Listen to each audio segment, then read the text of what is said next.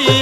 এক আল্লাহ ইয়া মুহাম্মদ মুস্তাফা নবী সাল্লাল্লাহু আলা ইয়া মুহাম্মদ মুস্তাফা নবী সাল্লাল্লাহু আলা